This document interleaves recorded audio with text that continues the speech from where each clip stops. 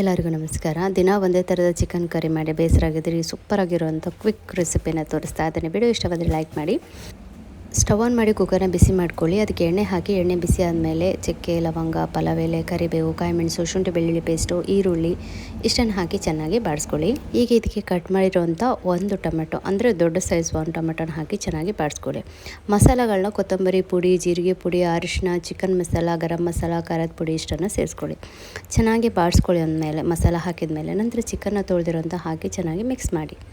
ನಂತರ ಸ್ವಲ್ಪ ರುಚಿಗೆ ತಕ್ಕಷ್ಟು ಉಪ್ಪು ಸೇರಿಸ್ಕೊಳ್ಳಿ.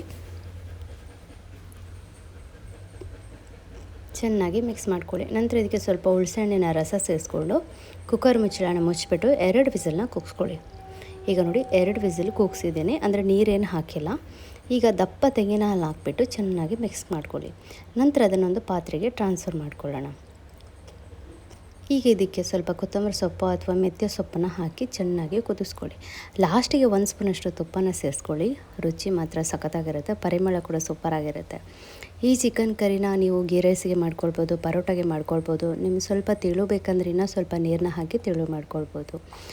ಸೊ ಇವತ್ತಿನ ಈ ರೆಸಿಪಿ ನಿಮ್ಮೆಲ್ಲರಿಗೂ ಇಷ್ಟ ಆಗಿದೆ ಅಂತ ನಾನು ಭಾವಿಸ್ತೀನಿ. ಇಷ್ಟ ಆದರೆ ಲೈಕ್ ಮತ್ತು ಶೇರ್ ಮೇಲೆ ಸಪೋರ್ಟ್ ಮಾಡಿ. ಸಿಗೋಣ ಮತ್ತೊಂದು ರೆಸಿಪಿಯೊಂದಿಗೆ.